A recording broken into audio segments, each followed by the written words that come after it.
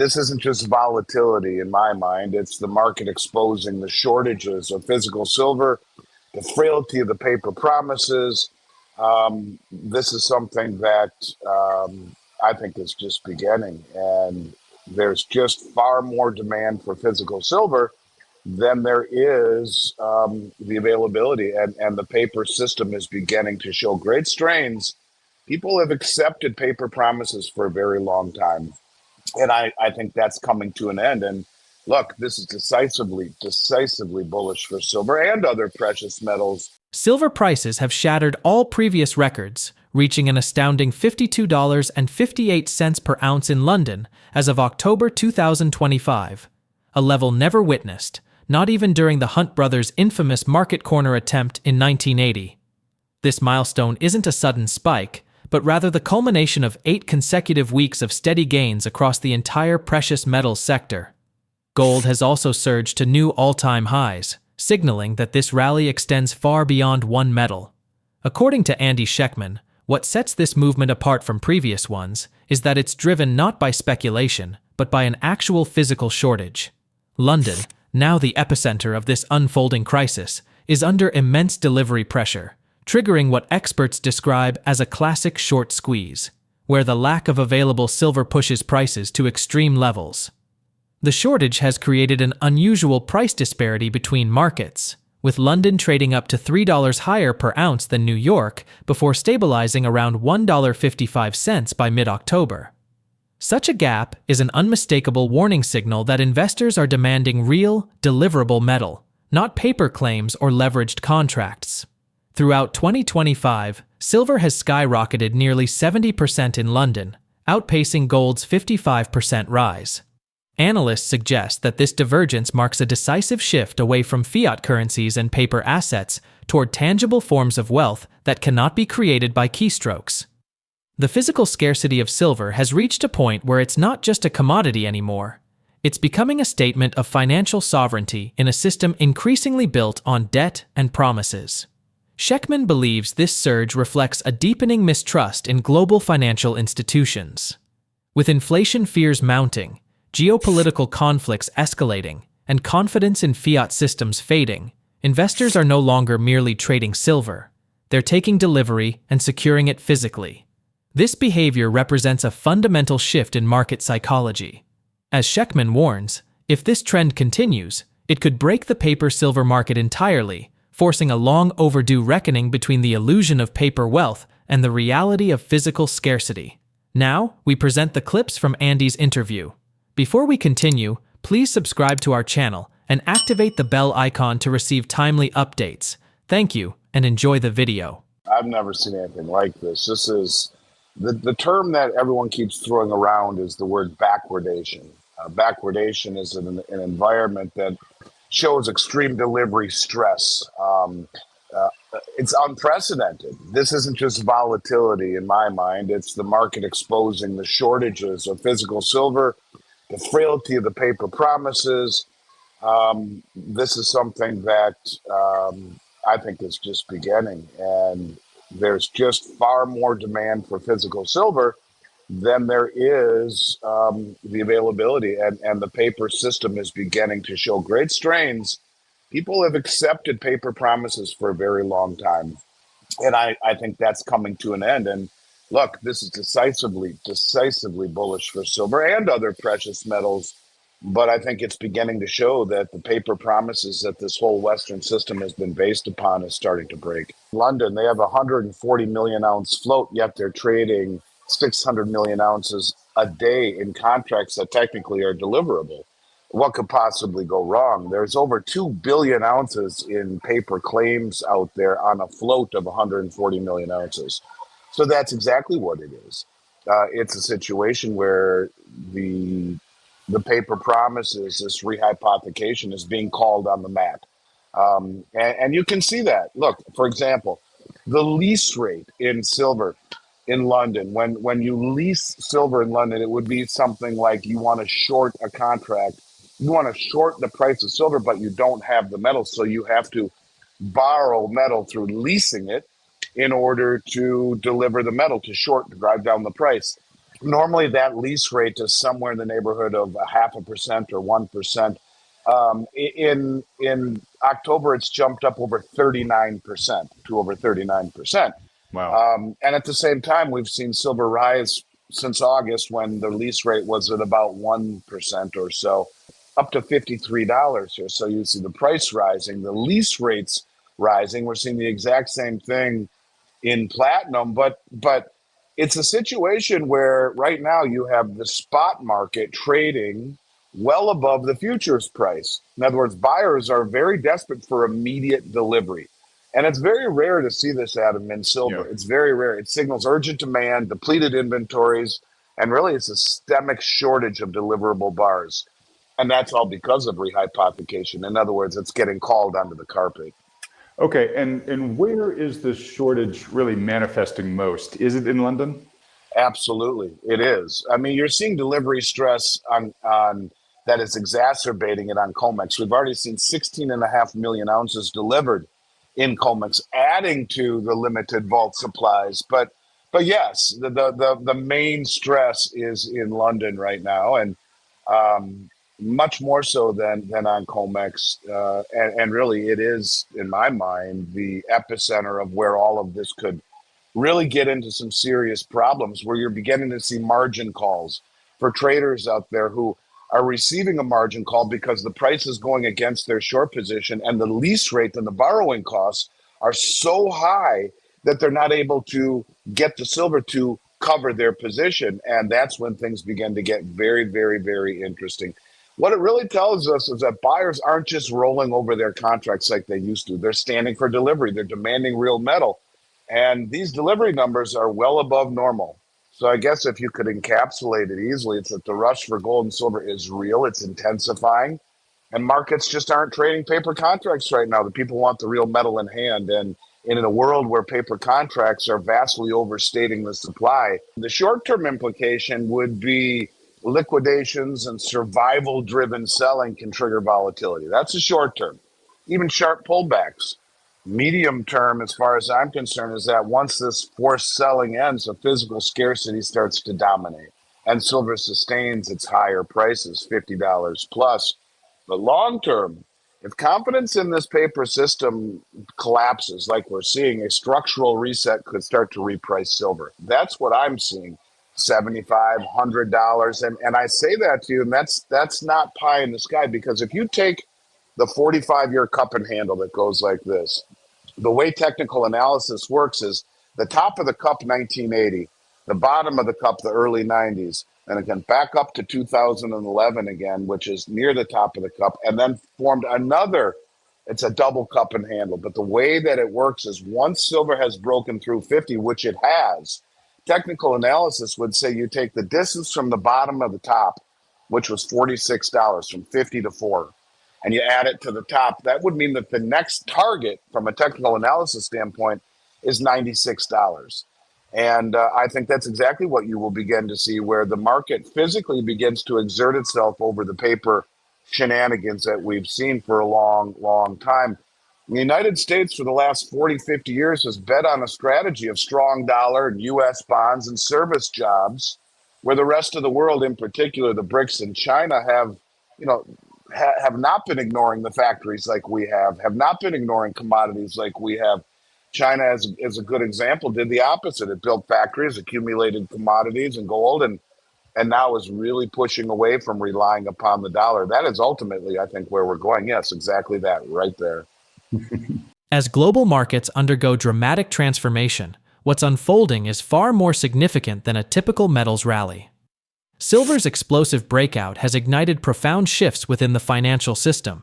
Physical withdrawals from vaults are accelerating, futures contracts are no longer being rolled over as easily, and major institutional traders are increasingly opting for physical delivery instead of dollar settlements. According to Andy Schectman, the core of this story lies in a single, powerful decision: choosing metal over money.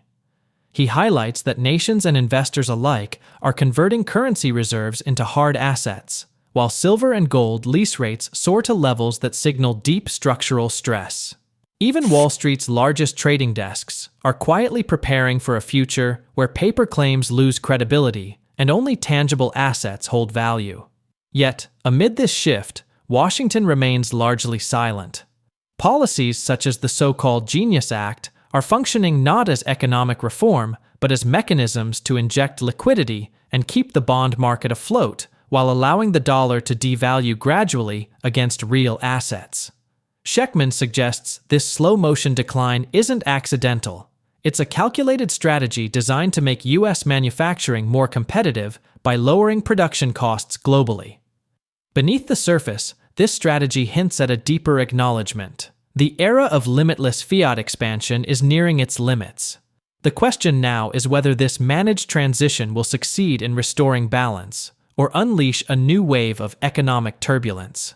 This is the dollar devaluation trade. This is exactly what I said on your show, where they're using the Genius Act and the stablecoin bill to not only to fund the treasury market, but think of the $3 trillion that's held up and holed up at the Federal Reserve, right? All of this money that's been created by the banks that they don't want to lend out into a fractured economy, so they leave it at the Fed.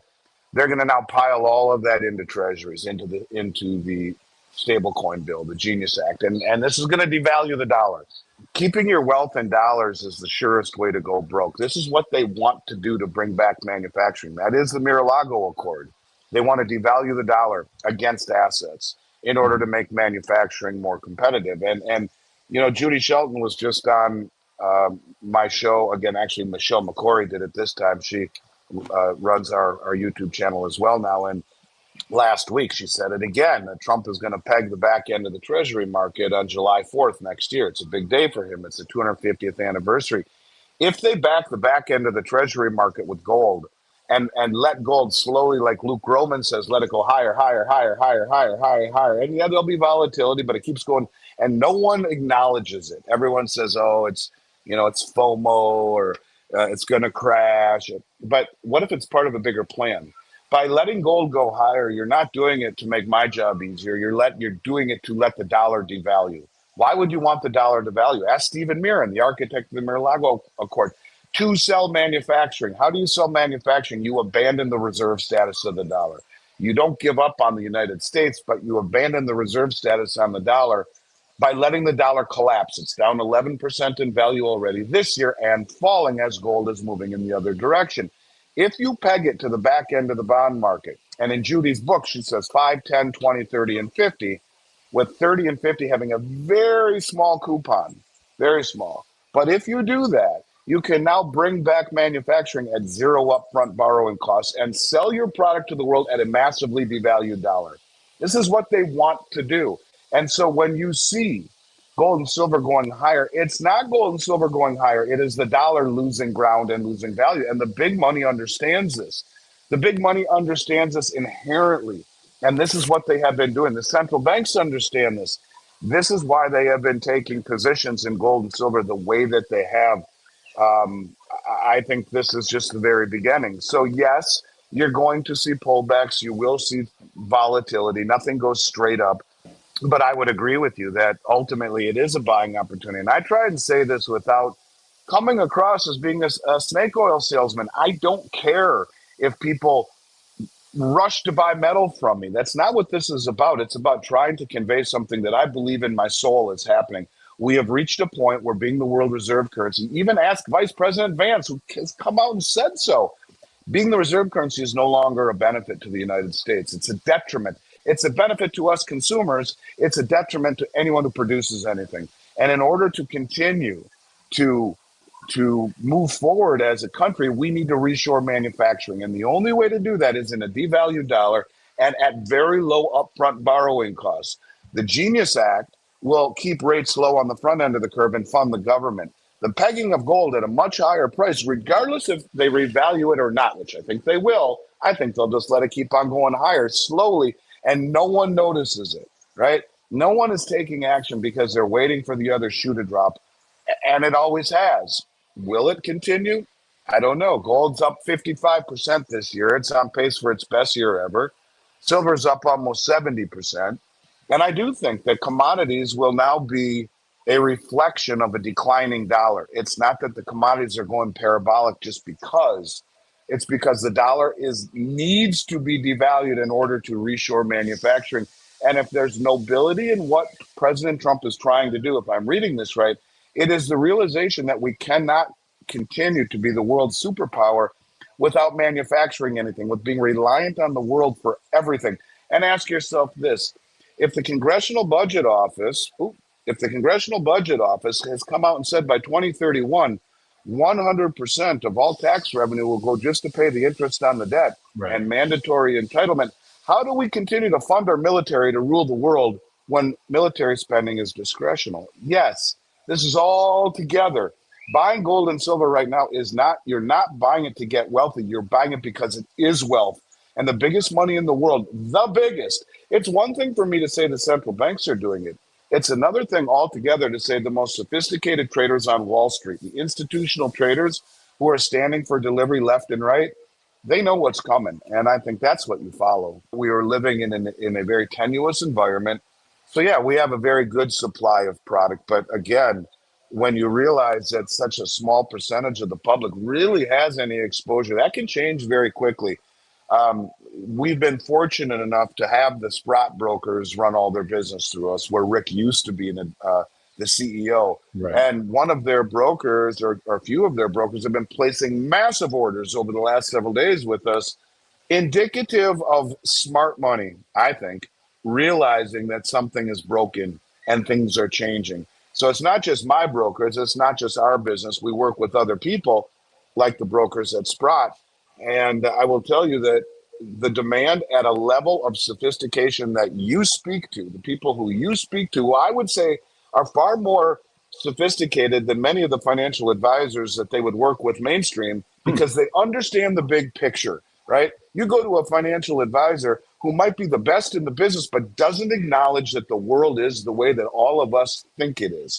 The macro picture, the geopolitical picture, which is so very, very important to understand if that's going to be the backbone of advice that you're given on your portfolio. So I guess all I can simply say to you is that most people are going to be caught off guard by this. And it will go from an environment of high prices that will identify the market to most people, to your people saying, geez, I can't get it easily. It's disappearing.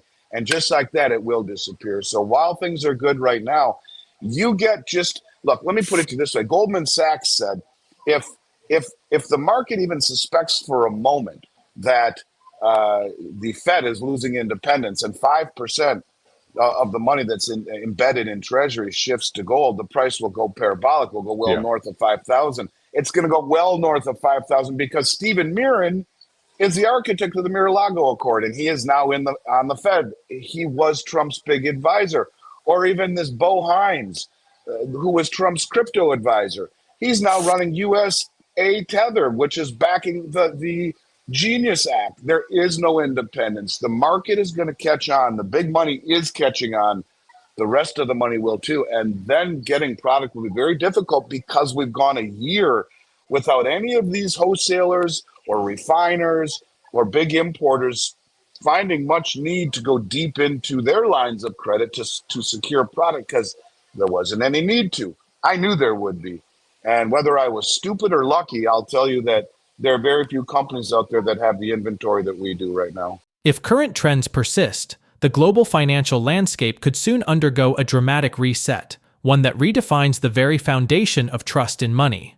As physical assets regain dominance, a clear divide may emerge between nations and investors holding tangible wealth and those relying on digital or fiat-based systems. The steady withdrawal of precious metals from centralized vaults could spark a broader crisis of confidence in paper markets, forcing major exchanges to reconcile years of leveraged positions with dwindling physical supply. Once that realization sets in, markets could experience unprecedented volatility as liquidity evaporates and investors rush to secure assets that actually exist rather than promises on paper. This shift would not merely be financial, it would represent a psychological turning point. Governments could face growing pressure to back currencies with real value, while corporations and financial institutions scramble to adjust to a new reality where trust must be earned, not printed. If this process continues to accelerate, the world may witness the quiet birth of a new monetary order, one rooted not in policy or speculation, but in scarcity and authenticity. Drop your thoughts on Andy's analysis in the comment section below. If you find this video informative, don't forget to support our channel and turn on notifications to stay informed about our latest videos. Thanks for watching.